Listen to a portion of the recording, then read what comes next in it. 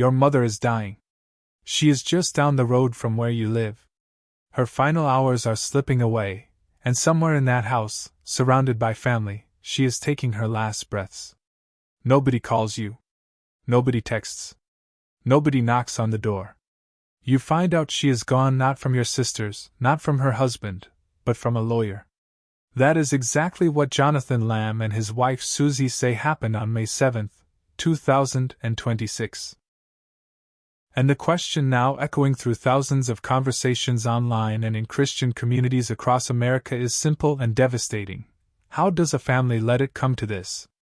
This is the story of the final chapter of the Lamb family rift, and why so many people are pointing not just at institutions and leadership structures, but directly at two sisters who stood at a pulpit and said nothing. When Marcus and Joni Lamb built Daystar television network over the course of 3 decades, they did so as a family ministry. Their 3 children, Jonathan, Rachel, and Rebecca, grew up inside that world. It shaped them, defined them publicly, and gave each of them a platform connected to their parents' legacy. Jonathan Lamb was the eldest. He served as vice president of the network, appeared regularly on air alongside his wife Susie, and had been named in an internal succession document as his mother's eventual presidential successor. He was, by every measure, the designated heir to the ministry his parents had built. Rachel Lamb Brown, the middle child, married Josh Brown, who became a Daystar executive in his own right. Rebecca Lamb Weiss, the youngest, married Jonathan Weiss, no relation to Doug Weiss, and built her own presence through her podcast and on-air work connected to the network. Both sisters remained closely aligned with their mother throughout the years of escalating family conflict, while Jonathan's relationship with Joni deteriorated dramatically. Following his opposition to her 2023 marriage to Doug Weiss and his subsequent allegations that a male family member had abused his daughter, that family member, identified in police interviews as Pete, denied all allegations. Josh Brown, Rachel's husband, also became central to the controversy when Jonathan and Susie separately identified him as having behaved inappropriately with their daughter, an allegation Brown denied emphatically. Police in Colleyville, Texas closed their investigation in May of 2025, citing insufficient evidence. No charges were ever filed. But the damage to family relationships was not measured in legal outcomes. It was measured in silence, exclusion, and a final week that no amount of time will make easy to explain. In the weeks before Joni Lamb's death, her husband Doug Weiss had announced publicly that she had suffered hairline fractures in her spine and would be off-air for a period. What was not shared publicly, according to a statement released by the Daystar board after her passing, was that Joni had also been quietly managing more serious underlying health challenges for some time. The back injury, they said, compounded those existing issues and accelerated a deterioration that her medical team was ultimately unable to reverse. By the evening of May 6, 2026, it was apparent to those around Joni that she was dying. She passed away in the early hours of May 7. Jonathan and Susie Lamb, who lived nearby, in Susie's words, down the road, were not called. Not by Rachel. Not by Rebecca. Not by Doug Weiss. Not by any member of the family gathered in that house during her final hours. According to Susie, writing publicly on social media in the immediate aftermath of her mother-in-law's death, it was a Daystar attorney named Tom Callender who eventually delivered the news to Jonathan that his mother was gone. "We weren't informed of anything," Susie wrote. "We were down the road, but weren't given a call to say goodbye. We forgive them," she added in a follow-up post. "They knew she was dying yesterday evening and they didn't call Jonathan to come say goodbye." The response from the public was swift and raw. Thousands of people, many of them longtime Daystar viewers, many of them Christians who had followed this family's conflict for more than a year, expressed shock not just at the loss of Joni Lamb, but at the manner in which her eldest son had been left in the dark during her most vulnerable final hours. The question being asked in comment sections, in podcasts, and in living rooms across the country was pointed: where were his sisters?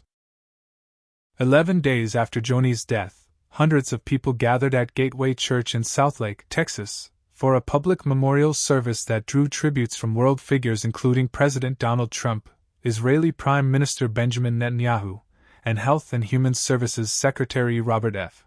Kennedy Jr., all via recorded video messages. Joel Osteen, Jentizen Franklin, Paula White-Cain, and Samuel Rodriguez were among the prominent faith leaders who spoke in person. Jonathan and Susie Lamb attended. They were seated in the front row on the far right side of the auditorium, physically separated from the rest of the Lamb family and, according to observers, kept out of camera sight lines for much of the service.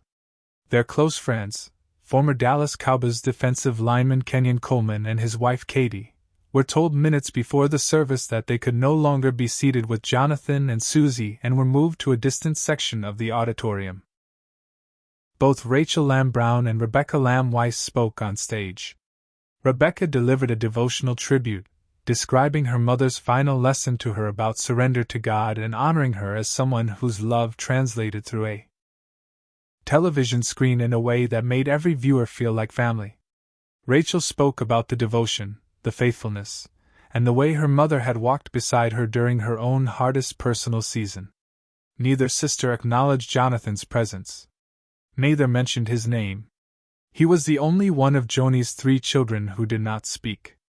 And when Pastor Jentizen Franklin took the stage and delivered what many described as a pointed rebuke directed at unnamed critics, urging the audience that to criticize is the smallest size, and warning that people would give an account of every idle word, Jonathan and Susie sat in the front row and absorbed it.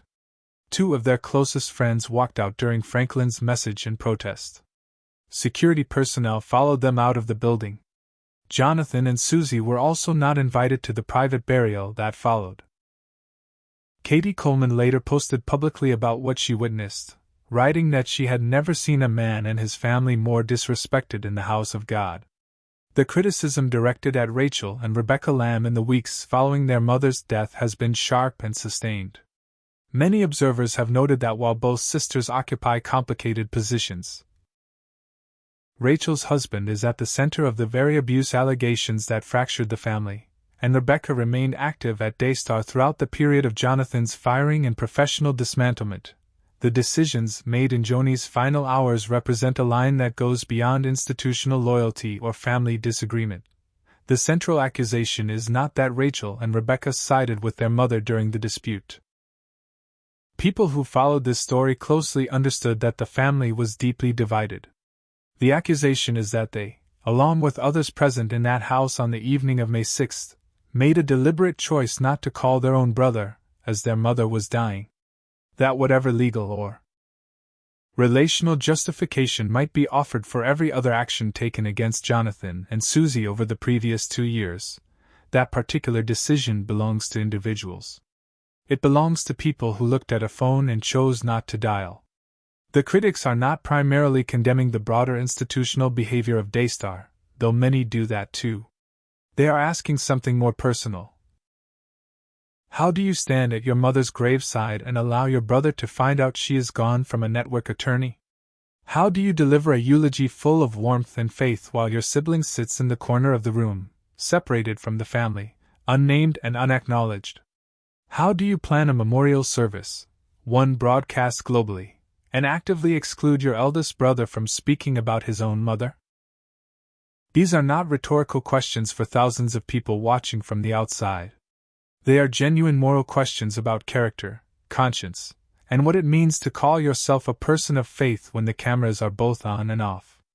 What has struck many observers just as powerfully as the criticism of Rachel and Rebecca is the response that Susie Lamb offered in the days that followed. Despite not being called during Joni's final hours, despite being excluded from the burial, despite watching her husband be treated as an outcast at his own mother's funeral, Susie chose to post a tribute to Joni that was steeped in genuine grief and hard-won grace. She wrote about loving Joni with her whole heart, even through the hardest years. She wrote about choosing forgiveness every single day, and about the dreams she had held on to. That one day she and Joni might sit on a beach somewhere, drinking coffee, talking about Jesus, as if the years of conflict had never come between them. She wrote about the anger of that dream not coming true in this life, and about the decision to release it and keep trusting God. That kind of honesty, offered publicly in the middle of genuine pain, became its own form of testimony, and for many people watching, it drew a stark and uncomfortable contrast with the curated silence of two sisters who stood on a stage, spoke beautifully about their mother, and never once turned to acknowledge the brother sitting 10 feet to their right.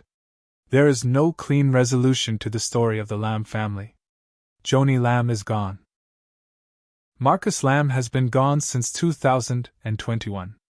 The institution they built together is moving forward without either of its founders, under a leadership team that has not been publicly named. Jonathan remains outside the organization his parents dedicated their lives to building. And Rachel and Rebecca Lamb carry a weight now that no eulogy, however sincere, fully addresses the weight of what was not said, not done, and not offered to a brother who asked only to say goodbye.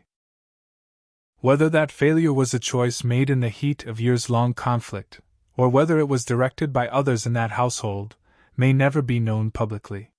But the critics asking these questions are not merely being contentious.